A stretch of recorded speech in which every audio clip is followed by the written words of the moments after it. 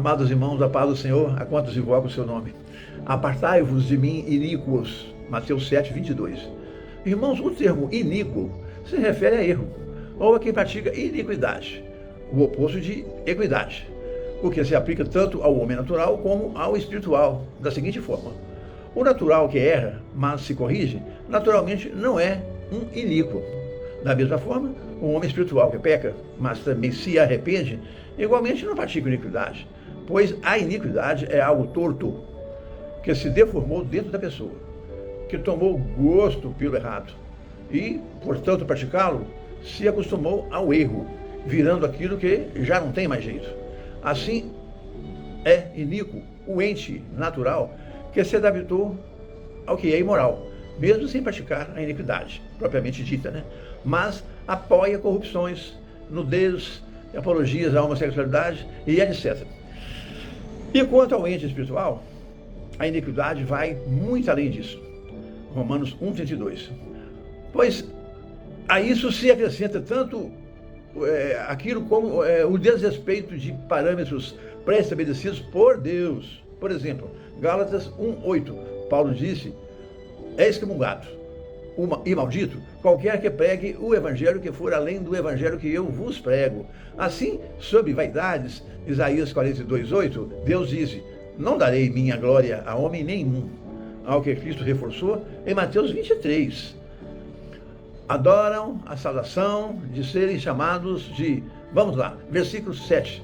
A ninguém chamarei de mestre, pois há um só mestre, que é Cristo Jesus.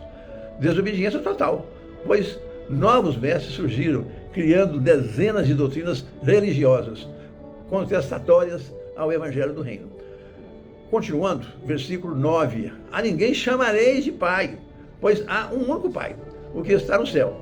Entretanto, além de seus vaidosos títulos hierárquicos, o catolicismo ignora Cristo Jesus, pois a palavra padre, em latim, quer dizer exatamente pai.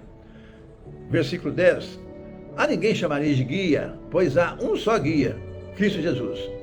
Adiantou nada também, pois na reforma protestante, para substituir o título honorífico de padre, Calvino criou outro, o de pastor, o que reduz os que deveriam ser considerados irmãos em apenas ovelhas humanas e homens inescrupulosos, como disse Cristo Jesus em Mateus 23:8, pois vós todos sois mesmos irmãos.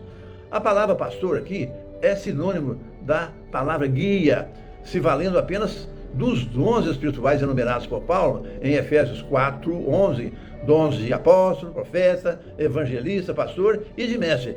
Mas Paulo nunca ensinou a adoção de títulos para usurpar glórias. Eles se esqueceram de Mateus 20, de 26 a 28, e de Marcos 10, de 43 a 45.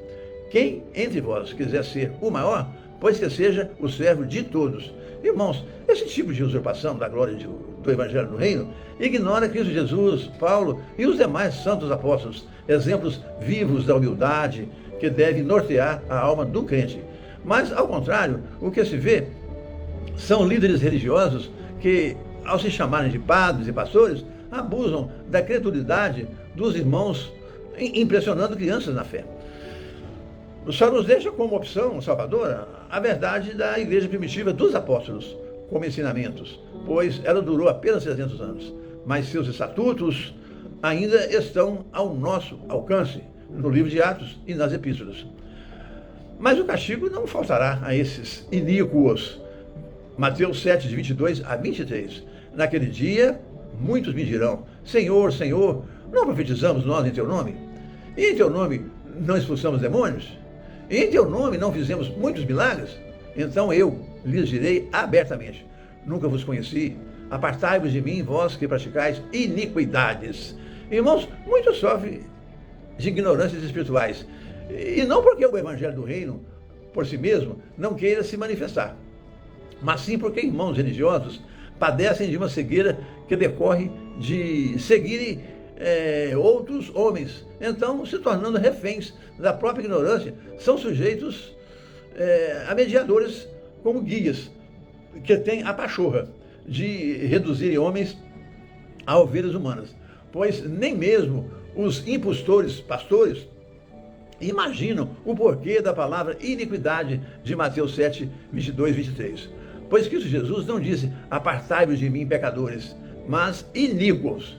Então o indouto perguntará, mas onde se aplica isso ao falso profeta de Mateus 7, 22?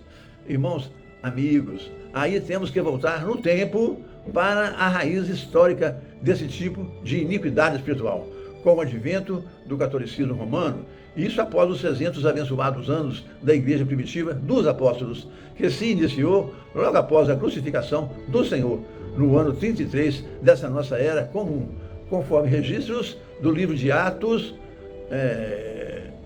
Quanto à igreja primitiva dos apóstolos, ela praticamente se extinguiu. Quando Constantino, querendo padronizar a fé religiosa de seu vasto império, criou o catolicismo imperial católico, cuja palavra católico significa, do grego, universal. Assim, a nova religião não guardou princípios da igreja primitiva dos apóstolos, desrespeitando a tradição dos que se conduziam pela direção do Espírito Santo. Na humildade que exalta, no poder do arrependimento que salva, e na simplicidade que nos leva ao crescimento, conforme o ensinamento por nosso único mestre e único pastor, Cristo Jesus. Mateus 23, 10 e João 10, 16.